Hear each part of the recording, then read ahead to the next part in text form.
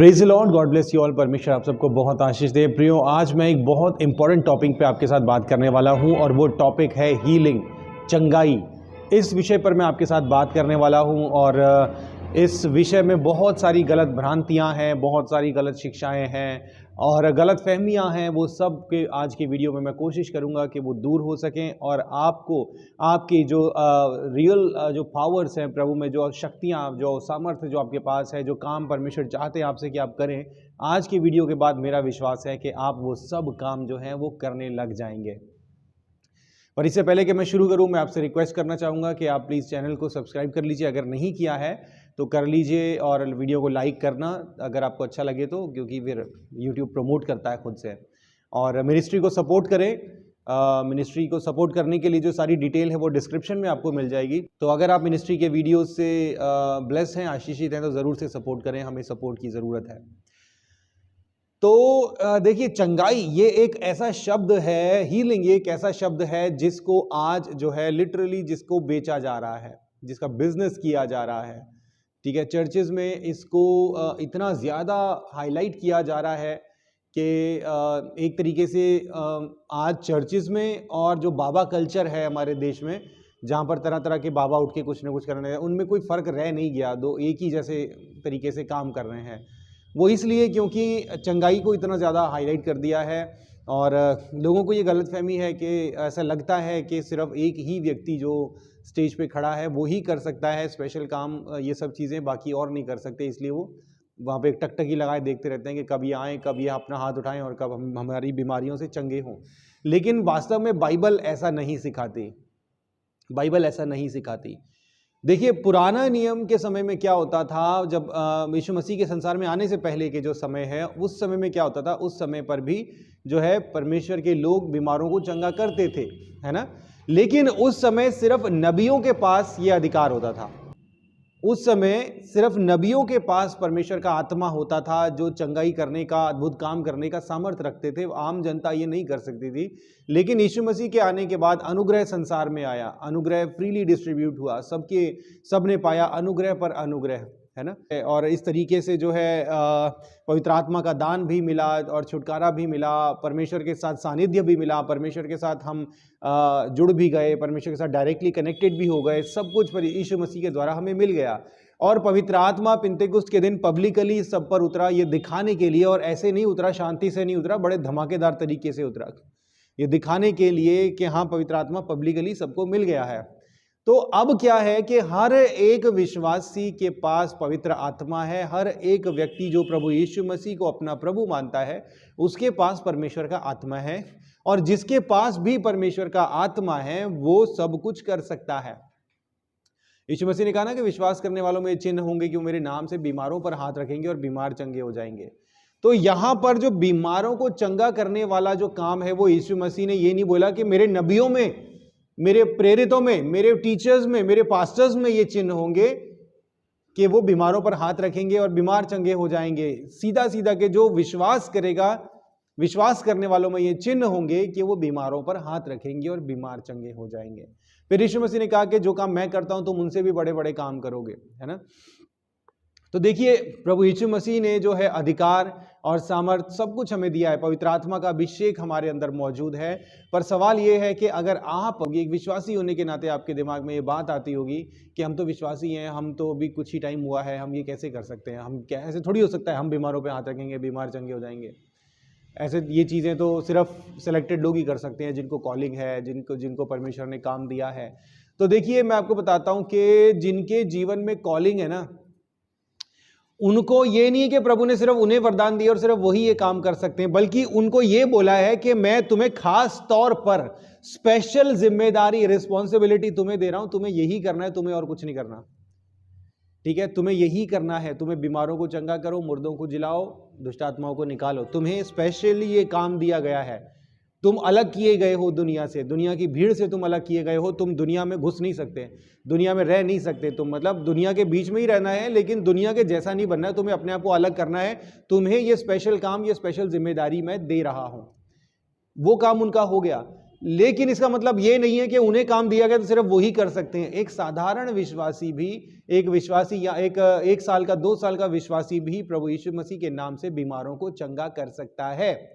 उसके लिए कुछ जरूरी शर्तें हैं, कुछ जरूरी नियम हैं। अगर आप उनको फॉलो करेंगे, अगर आप उनके अनुसार चलेंगे तो आप देखेंगे आपके द्वारा भी बीमार जो है वो चंगे होना शुरू हो जाएंगे।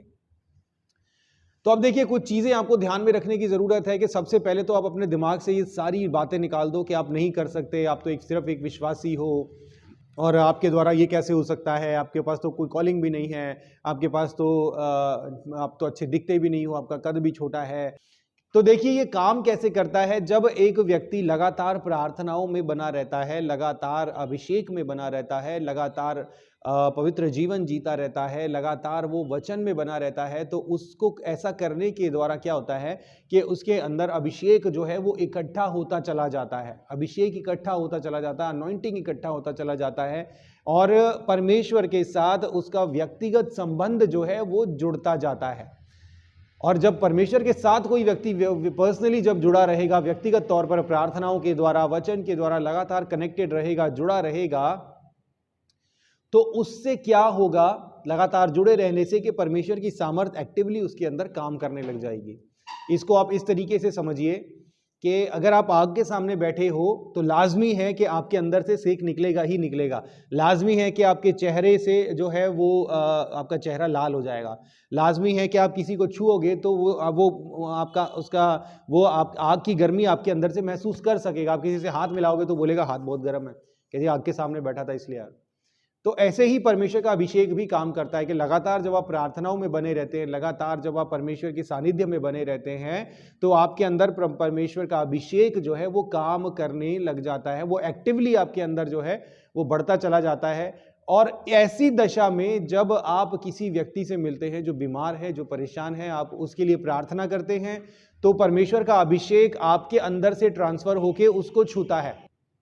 ठीक है, परमेश्वर का अभिषेक आपके अंदर से निकलेगा और उस व्यक्ति को छुएगा। जैसे कि हम देखते हैं ना, 12 वर्ष से लहू बहने वाली स्त्री, जब उसको रोग था, उसने ये सोचा, उसने ये विश्वास किया था कि मैं अगर यीशु के वस्त्र को ही छू लूंगी तो भी मैं चंगी हो जाऊंगी। और जब वो रेंगते रेंगते गई तो उसने वस्त्र को छुआ। जैसे ही उसने वस्त्र को छुआ, सामर्थ प्रभु के अंदर से निकली और उसको चंगा कर दिया। ठीक है, तो ऐसा ही होता है, अनॉइंटिंग आपके अंदर इकट्ठा होता चला जाता है। और जब आप उस अनॉइंटिंग को अपने अंदर रखकर आप किसी बीमार को छूते हैं तो आपके अंदर से अनॉइंटिंग ट्रांसफर होता है और उस व्यक्ति को छूता है और उसकी बीमारी जो है वो हील हो जाती है। इस तरीके से काम करता है। अब यहां पर एक और जो बहुत जरूरी बात है वो आपको देखने की जरूरत है कि आप जिस व्यक्ति के लिए प्रार्थना कर रहे हैं, क्या वो व्यक्ति उस प्रार्थना को रिसीव कर रहा है कि नहीं।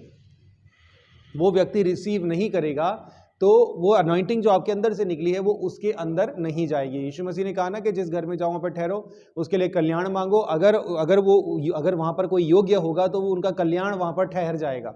अगर कोई योग्य होगा तो ठीक है ना, कल्याण ठहर जाएगा, अदरवाइज तुम्हारा कल्याण तुम्हारे पास वापस लौट के आ जाएगा। तो अनॉइंटिंग जो है वो आपने तो अपने पास से आपने तो उसको ट्रांसफर करने की कोशिश किया, लेकिन सामने वाले ने रिसीव नहीं किया, और रिसीव नहीं किया तो वो अनॉइंटिंग उसको छुई भी नहीं और वो हील भी नहीं हुआ। ठीक है, ये इस तरीके से काम करता है। अगर आप अनॉइंटिंग से भरे हुए हैं, अगर आप सामर्थ से भरे हुए हैं और आप सोचते हैं कि अंदर मेरे अंदर सामर्थ भरा हुआ है, मुझे इसको निकालना है, मुझे यूज करना है, ये जो मेरे अंदर अभी अनॉइंटिंग है, मेरे इतने टाइम से मैं प्रार्थनाएं कर रहा हूँ, पवित्र जीवन जी रहा हूँ, खुद ब खुद ही कॉन्फिडेंस आ जाता है।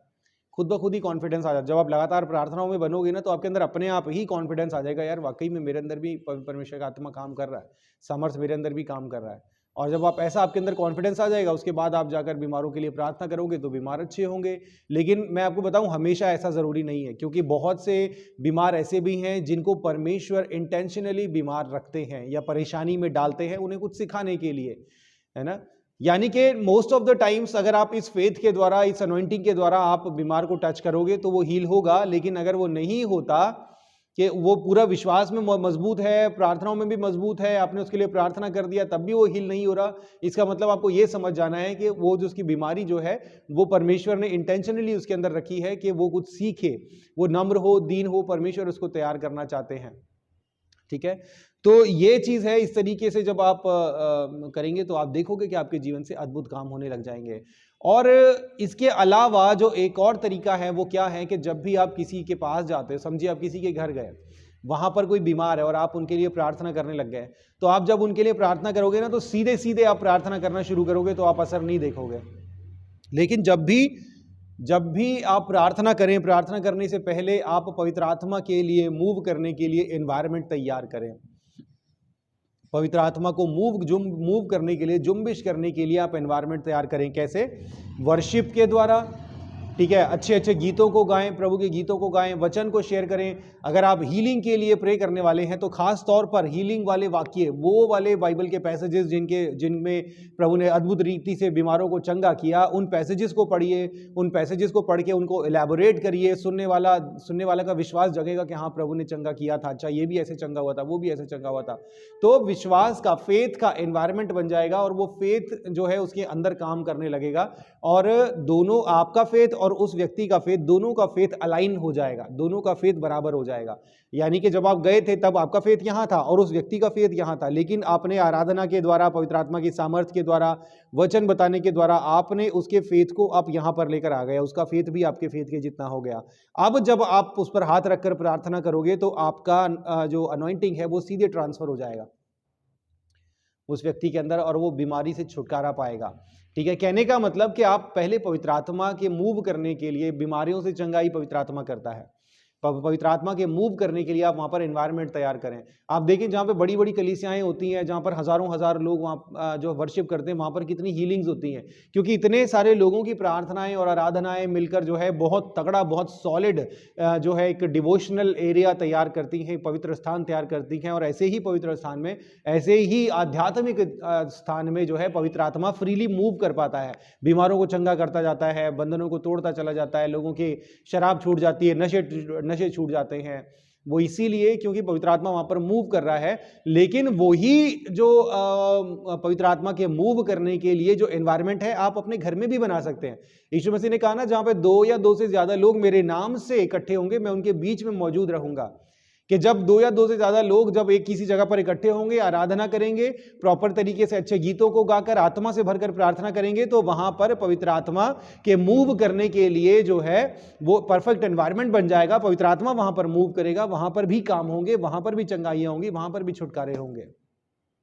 तो आप जब जाते हैं किसी के घर पर या किसी जगह पर आप बैठते हैं, वहां पर आप चाहते हैं कि वहां पर छुटकारे हो, तो आपको क्या करना है? आपको इसी तरीके से जो है पवित्र आत्मा के मूव करने के लिए एक आइडियल परफेक्ट एनवायरनमेंट तैयार करना है। और जब एक अच्छा परफेक्ट एनवायरनमेंट आप तैयार करोगे, पवित्र आत्मा मूव होगा, डेफिनेटली हीलिंग्स भी होंगी।